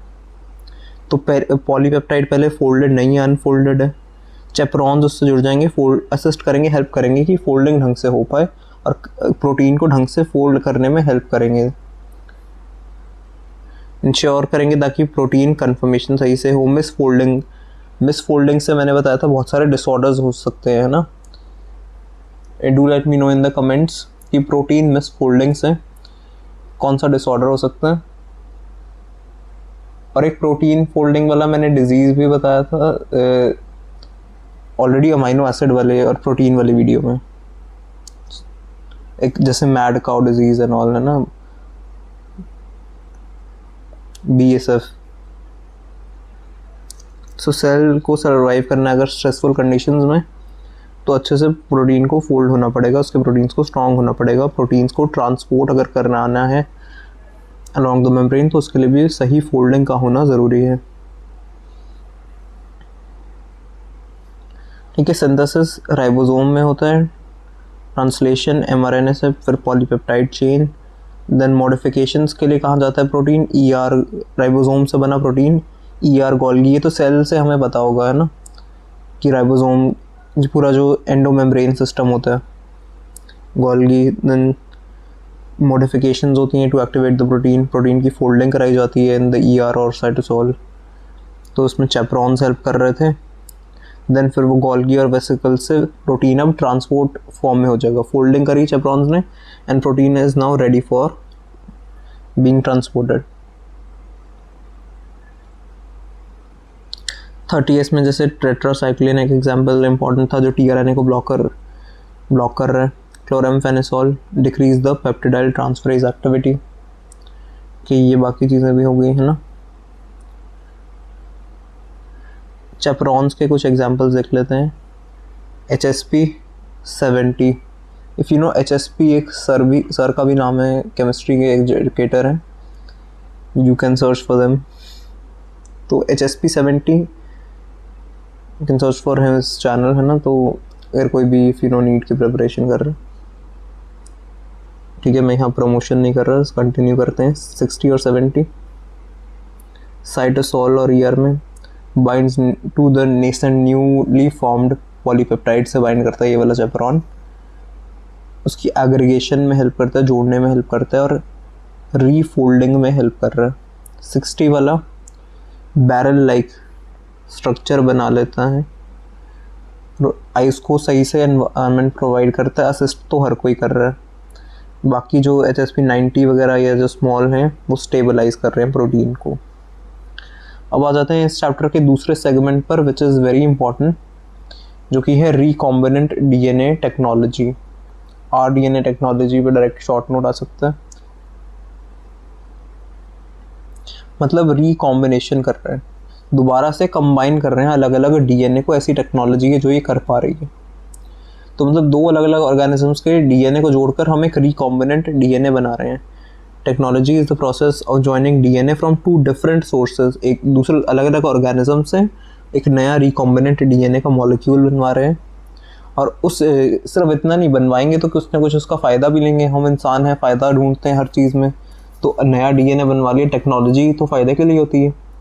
तो DNA अब जो मिक्स डीएनए बना वो किसी होस्ट में इंट्रोड्यूस कर दिया जाता है, लाइक ई कोलाई और बैक्टीरिया, फिर वहाँ की introduce to the host cell, फिर वहाँ पर उसकी कॉपीज़ बनवाई जाती हैं। कैसे बनवाते हैं, ये स्टार्ट कैसे होता है,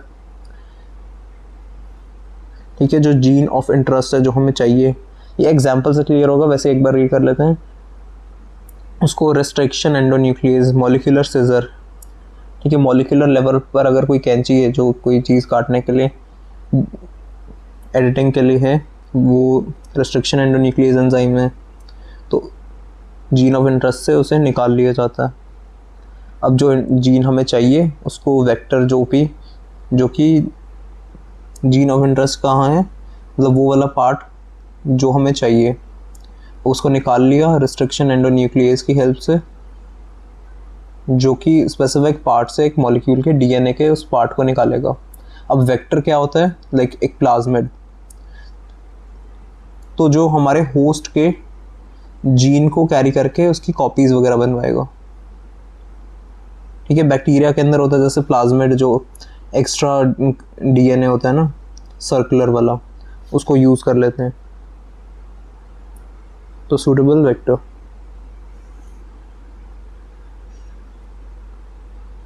तो वेक्टर क्या है, बेसिकली एक कैरियर है जो बेसिकली हमारा जो डीएनए है जो हमने निकाला है उसको होस्ट के अंदर लेकर जाएगा, ठीक है। जो रिकॉम्बिनेंट डीएनए है उसको फिर एक कॉम्पिटेंट होस्ट सेल, जो कंपैटिबल होस्ट सेल है उसके अंदर जो नया डीएनए है उसको डाल देते हैं, फिर डीएनए की मल्टीपल कॉपीज बनाएंगे, host is selected and it is allowed to multiply, तो जीन का एक्सप्रेशन होगा और प्रोटीन बनेंगे जो हमें चाहिए। तो अब ये एग्जाम्पल से हमें क्लियर होगा, है ना।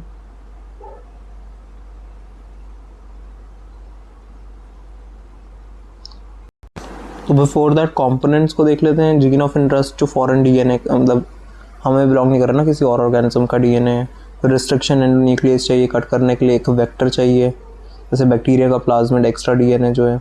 फिर डीएनए लाइगेज चाहिए जो कि लाइगेशन होता है जॉइनिंग, तो इसको मॉलिक्यूलर ग्लू भी बोला जाता है। मॉलिक्यूल्स के लेवल पर जो फेविकॉल वगैरह है ना, तो जो कटे हुए डीएनए के पोर्शंस हैं उसको आपस में ये जोड़ेगा। और होस्ट का सेल चाहिए जिसके अंदर नए डीएनए को डालना है। साथ में और क्या चाहिए, सिलेक्टेबल मार्कर। ये इससे क्या होगा, इससे हमें हेल्प मिलेगी आइडेंटिफिकेशन में कि किस बैक्टीरिया में नया डीएनए डाला गया है। तो हम आइडेंटिफाई करेंगे ना कि कौन सा हमारे वाला बैक्टीरिया जिसको हमने चेंजेस किए हैं, तो मार्कर डालेंगे, है ना। जैसे एम्फिसिलिन या tetracycline resistance gene, ampicillin, tetracycline, chloramphenicol, ये मार्कर्स के एग्जांपल्स हैं। कल्चर मीडियम चाहिए जहाँ ये ग्रोथ होगी, और एंटीबायोटिक्स, ठीक है। Properties of an ideal vector, vector को कैसा होना चाहिए, छोटा होना चाहिए, उसके अंदर एक ओरिजिन ऑफ रेप्लिकेशन होना चाहिए, उसमें रेस्ट्रिक्शन साइट्स होनी चाहिए अलग अलग, और जिस वेक्टर को डाले वो होस्ट में स्टेबल रहे। तो ये और क्या है इसकी प्रॉपर्टीज़ हैं कि मल्टीपल कॉपीज़ बनाए और इसको आइसोलेट करना आसान हो, जैसे एम्फिसाइक्लिन और टेट्रासाइक्लिन, ये अलग अलग साइट्स हैं इस पर प्रेजेंट। तो और इसमें कट करने के लिए ना यूनिक जगह होनी चाहिए।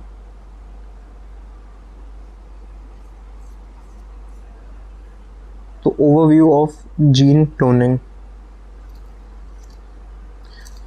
आइसोलेट किया हमने जीन ऑफ इंटरेस्ट, डोनर का जो डीएनए था जो हमें चाहिए बेसिकली हमारे मतलब का है, उसको निकाल लिया, रिस्ट्रिक्शन एंजाइम से कट कर लिया, है ना।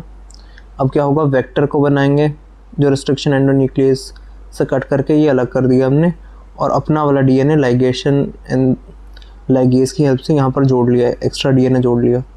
जैसे वायरस भी तो ऐसा करता है कि हमारे सेल्स के अंदर अपना डीएनए जोड़ के फिर वो प्रॉब्लम कॉज करता है। वायरस ऐसा ही तो कैंसर भी कॉज करता है।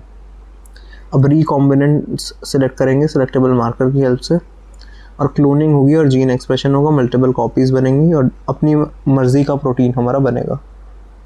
तो एप्लीकेशन से अब हमें पूरा प्रोसेस समझ आएगा, ये जनरल आइडिया तो हमने ले ही लिया। So now let's look at the applications. जैसे इंपॉर्टेंट प्रोटीन, जैसे इंसुलिन का सिंथेसिस, ये नीट लेवल पर भी पढ़ रहे हैं हम, बेसिक सा टॉपिक है बायोटेक्नोलॉजी के, है ना, basic principles and advantages. Growth hormone, growth की करवानी है अगर किसी में, अल्फा इंटरफेरॉन्स भी सुना हुआ है ना। वैक्सीन बनवानी है तो उसमें तो ये बहुत कॉमनली यूज है, जैसे हेपेटाइटिस बी की वैक्सीन। जीन थेरेपी करानी है, जेनेटिक डिसऑर्डर को ट्रीट करना है।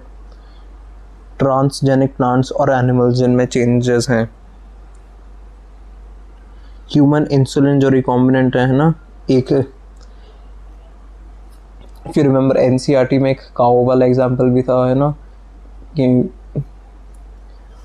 और पिग वाला, जिससे हम ह्यूमन इंसुलिन बनवाते हैं। बट आजकल वो वाली इंसुलिन रिकॉम्बिनेंट वाली फ़ायदेमंद नहीं होती इतनी, आजकल तो और बेटर टेक्नोलॉजी आ गई है। ह्यूमन ग्रोथ हार्मोन भी रिकॉम्बिनेंट में बनता है। Hepatitis B vaccine, hepatitis risk against vaccine. Haemophilia के पेशेंट्स हैं, उनमें क्लॉटिंग फैक्टर्स भी बनवा लेते हैं ऐसे हम। साइटोकाइंस जैसे इंटरलिकीन्स और इंटरफेरॉन्स।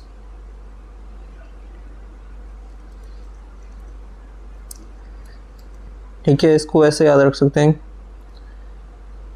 क्लिक्स कट किया हमने सबसे पहले रिस्ट्रिक्शन एंडोन्यूक्लियस की हेल्प से, लाइगेशन करवाया हेल्थ फॉर, फिर उसको इंट्रोड्यूस किया होस्ट में, ठीक है, एक्सट्रा डीएनए को क्लोन बने वहाँ पर, कि मतलब सिलेक्शन वाला प्रोसेस हुआ, सिंथेसिस हुआ प्रोटीन का, और एक्सप्रेशन। ऐसे इसकी इतनी नीड नहीं है as such, if you want ये याद रख सकते हैं।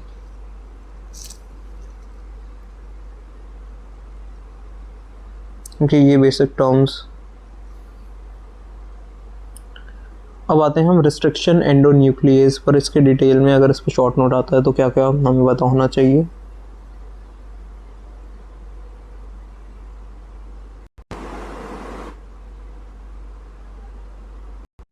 बैक्टीरिया के पास ना कुछ एंजाइम्स प्रेजेंट होती हैं जो कि कोई भी वायरस फेजेस, जैसे T2 बैक्टीरियोफेज है ना, अटैक वगैरह करते हैं, जो बैक्टीरिया का ही प्रोटेक्शन है। तो बैक्टीरियोफेजेस जो होते हैं, वायरसेस दैट इन्फेक्ट बैक्टीरिया, तो उनके डीएनए को काट कर उन्हें रिस्ट्रिक्ट कर देता है। रिस्ट्रिक्शन एंडोन्यूक्लियस की मॉलिक्यूलर सीजर होती है, ये हमें पता है। These enzymes cut DNA at a specific recognition sequence and these are molecular scissors. दोनों स्ट्रैंड्स जो डीएनए के उनको कट करेगी नियर द रिकॉग्निशन सीक्वेंस। कहाँ पर? रिकॉग्निशन सीक्वेंस पर कट करती हैं। मतलब डीएनए को सारी जगह से नहीं कट कर रही, बल्कि जो एक पैलिंड्रोमिक सीक्वेंस होती है ना, पैलिंड्रोम हमें पता है कि क्या होता है। जैसे मैं अगर लिखूं सिस, तो इसको अगर उल्टा चाहे रीड करूं तो भी सेम होगा। स्टिकी एंड्स होते हैं और एक ब्लंट एंड्स होते हैं। एमसीक्यू वगैरह में आ सकता है ये, ठीक है। दो तरह के एंड्स, रिस्ट्रिक्शन एंडोन्यूक्लियस जब डीएनए को काटेगी तो दो टाइप के, एक तो स्टिकी एंड्स होंगे जो इजीली जहाँ से स्टिक हो जाए, एक शार्प एंड्स, ब्लंट एंड्स ऐसे होंगे, और एक स्टिकी एंड्स होंगे, ठीक है। Types of ends produced by restriction endonuclease मैंने बताया, स्टिकी एंड एक तो, और एक ब्लंट एंड। तो स्टिकी एंड जहाँ पर नाम से क्लियर हो रहा है स्टिक हो जाए, तो एंजाइम जब ऐसे काटेगा, cut at the staggered end, मतलब ये थोड़ा स्लांटेड ऐसे काटेगा, तो स्टिकी एंड्स का प्रोडक्शन होगा। Single standard overhangs are formed, तो जब काटेगा ऐसे तो अलग अलग इसके जो कॉर्नर्स होंगे वो सिंगल स्टैंडर्ड के ऐसे लटके हुए से होंगे, तो ऐसे ऐसे कॉर्नर्स बच जाते हैं जो स्टिकी होते हैं इन नेचर। और ये आपस में स्टिकी एंड्स ना complementary overhangs can base pair, तो ये आपस में भी पेयरिंग कर सकते हैं, ठीक है। जैसे ये स्टिकी एंड का एग्जांपल हो गया इकोराई में, इको R1 में, रिस्ट्रिक्शन साइड है कि कट किया बेसिकली इसको यहाँ से और अलग अलग एंड्स बने हैं और आपस में ये कंबाइन कर सकते हैं। थर्मस एक्वस 1 में ब्लंट एंड्स बन सकते हैं क्योंकि cut at the same position on both side. अगर मैंने अलग अलग जगह पर अलग काटा तो ये ऐसा बना था, ठीक है, बट ये दोनों साइड में सेम पोजीशन पर ही कटिंग हो रही है, ठीक है। तो ये ब्लंट एंड्स जो बने ये कॉम्प्लीमेंट्री हैं, है ना। तो इसमें ओवर हैंग्स नहीं होते सिंगल हैंडेड। जब सेम आमने सामने से कट कर दिया है तो कहाँ ही होंगे, है ना, कोई ओवर हैंगिंग नहीं होगी, कोई सेम होंगे, मतलब ऐसे ब्लंट मतलब शार्प, ब्लंट मतलब सेम और शार्प नहीं होगा, ठीक है। ब्लंट एंड्स का प्रोडक्शन ऐसा हो गया और ये कुछ कंडीशंस में ही होता है।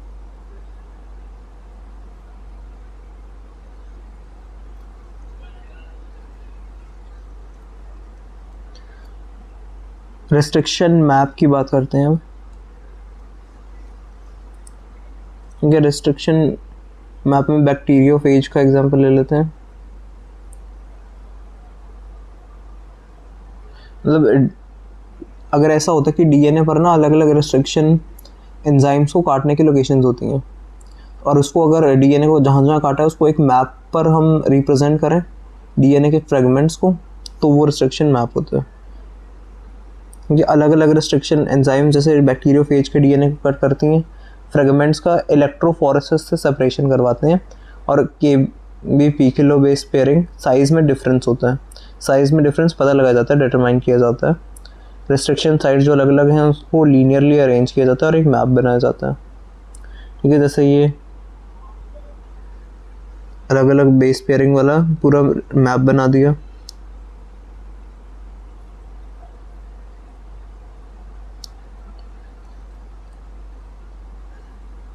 कि ये सब हो गया। तो पार्ट 1 में इतना ही। Let's continue with this topic in the next part. Thank you.